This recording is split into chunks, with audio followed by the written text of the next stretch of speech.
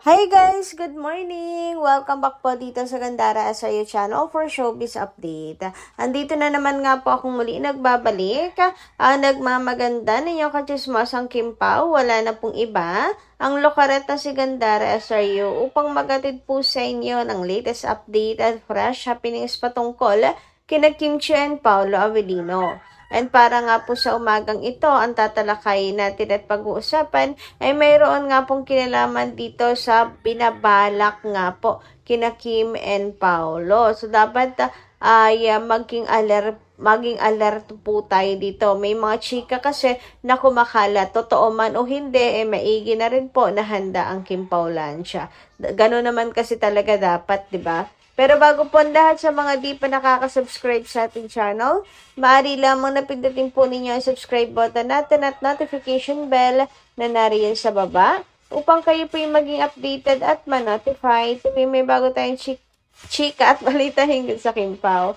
Basta mga balita na may kinalaman kina Kim Chiu and Paolo Avellino, sagot na nga po natin yan. At narito naman ang ilan po sa mga gusto nating pasalamatan ngayong umagang ito na mga kakipi po natin na nakasuporta po at nakabang parate sa atin pong daily updates.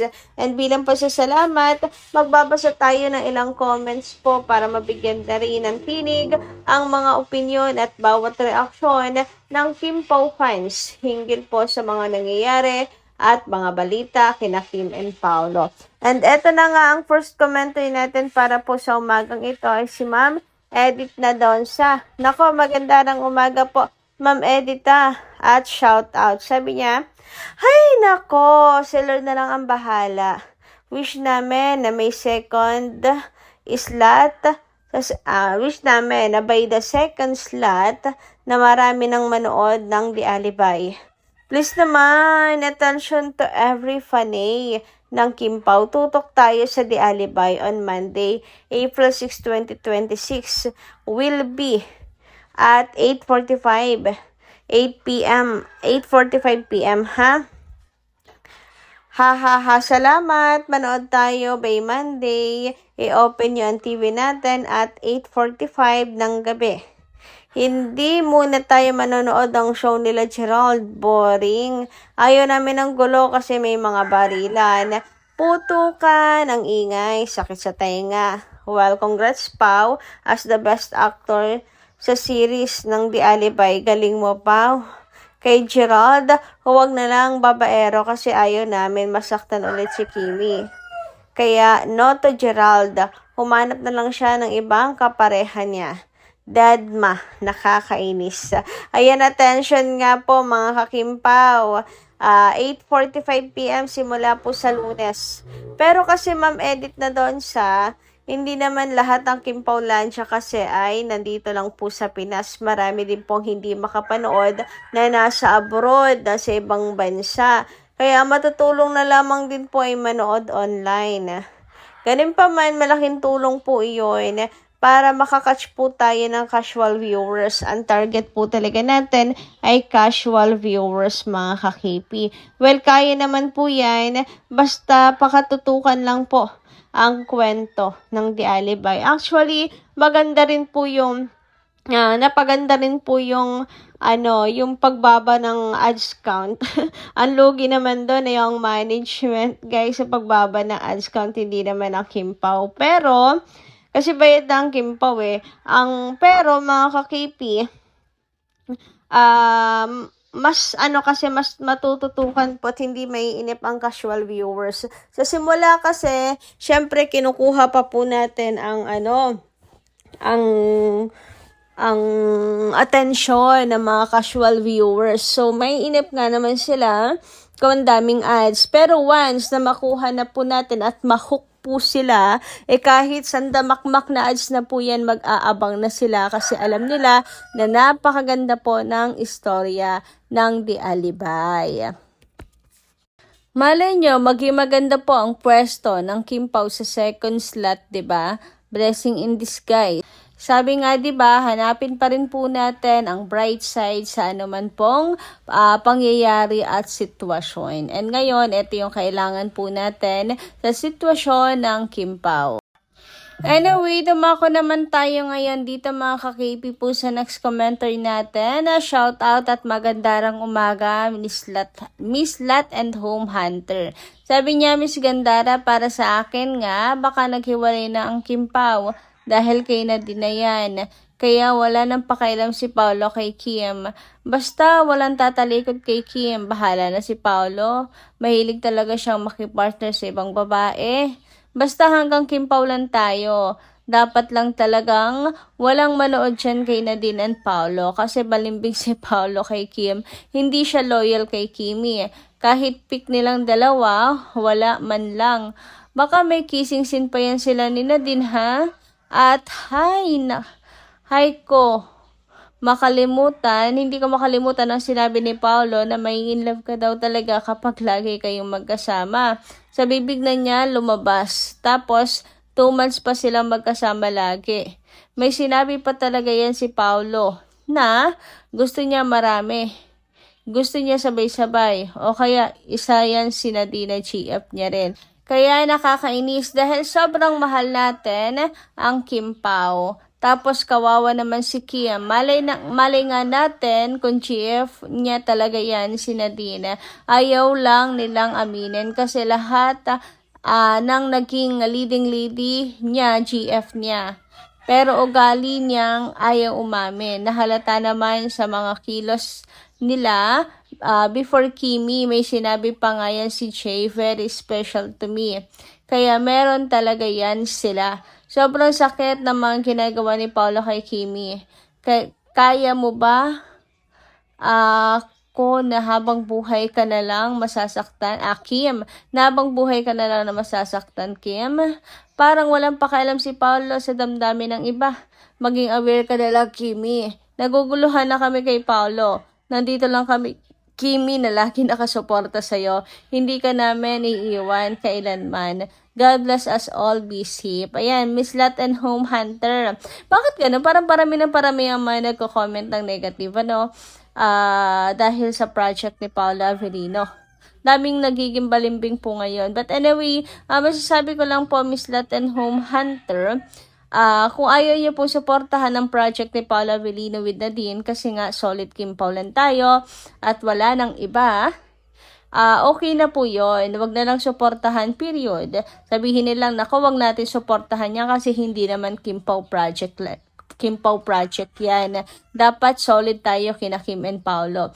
Pero yung siraan nyo pa si Paolo is parang foul naman na po yun. Lalo't wala namang patunay. Naguguluhan din ako dun sa sinabi nyo na parang wala naman kasi ako narinig na ang gusto ni Paolo ay sabay-sabay at marami. Ano po? Kasi malamang sa takot na lang din ni Paolo Avellino sabihin yun bilang isang artista. Malamang kasi kukuyugin po siya ng mga bashers, ganyan. Wala pong artista na magsasalita po ng ganon, mga ka-KP. Dahil nga image nila, pangalan nila ang nakasalalay po sa showbiz industry. Pero baka meron po kayo nabasa na paninira kay Paolo Avellino o kunwari sinabi daw ni Paolo, pero yung totoo hindi naman sinabi ni Pao. Meron kayo nagkukunwaring ganyan, naalala nyo? Yung post ni Dingdong Dantes, may nagpost ang sabi daw ni Dingdong ganto ganyan. Di na post ni Dingdong, sinabi niya, hindi ko to sinabi. O, diba? May mga nagkukunwari po na kunwari sinabi ng isang artista, pero yung totoo, engagement lang po ang habol ng mga yon. So, baka nabiktima po kayo ng mga ganon. Anyway, tungkol kay Nadine and Paolo, malinaw naman po na work-related lang. Wag po natin bigyan ng kahulugan dahil lang sa hindi natin gusto na may kapartner na iba, si Paolo Avellino. Wag na lang suportahan, yun lang, period. Pag hindi naman yan sinuportahan at hindi pumatok, wala silang magagawa kasi Kim Pao ang gusto ng mga tao, di ba? Mas magiging malinaw lang po sa lahat na Kim Pao lang po ang gusto ng marami ng taong bayan at hindi po Paolo Nadine. Doon natin mapapatunayan yun, hindi sa pagkukuda at paninira kay Paolo Avellino. Anyway, sabi naman po dito ni Miss Corazon Serrano, Kim Pao forever, hindi na matitibag kahit na sino, itinadhana kahit sino, itinadhana na sila ng Diyos. Marami nang makitid ang isip at pakailamera sa Kim Pao. Stay safe. God bless. Thank you so much, Ma'am Corazon Serrano, sa napakagandang komento po ninyo. Yes, hindi na po matitibag ng kahit po sino sila Kim and Paolo at ang Kim Pao Lancha. Ayan, tayo po ay matibay na fandom nila Kim and Paolo. Anyway, dumako naman nga po tayo ngayon at pag-usapan itong sinasabi na binabalak daw po sa Kim Pao na buwagin. Parang ito yung lumalabas na talagang plano pong buwagin ang Kim Pao. Papayag ba tayo? Meron dito nag-comment, sabi, Sir, may narinig kasi ako na mga negatrons mula sa mga bakla ng DTT or Jaryo Terada sa YouTube na kapag kumita ang movie ni Paolo at Nadine Lustre ay eventually mawawala na ng tuluyan ng Kim Pao. Syempre, malungkot ako kasi Kim Pao forever kasi ako. Ayan, siguro naman hindi. Kasi malakas pa rin po ang Kim Pao kahit na kumita ang movie na yan nila Paolo at Nadine. Kasi magpapatuloy pa rin naman po ang Kim Pao. May project po silang gagawin, 'di ba? And ang Kim Pao Lancha naman ay full support po kina Kim and Paolo. Di po yun mawawala, basta wag lang pong pababayaan ng management ng Kim Pao. Basta po bibigyan po nila ng project together sila Kim and Paolo. Hindi po mawawala ang Kim Pao Lancha. Pero bakit ganon? Yung sa mga nangyayari ngayon, naamoy ng mga fans na tila ba may balak talaga na buwagin ang Kim Pao na wag naman po sanang mangyari at magkatotoo. Anyway, dumako naman tayo ngayon dito sa throwback picture nila Kim and Paolo sa isang parking lot, mga ka-KP. Mukhang sa ibang bansa po ito. Kung hindi ako nagkakamali, last 2022-2023 po ang picture nito sa Paris din.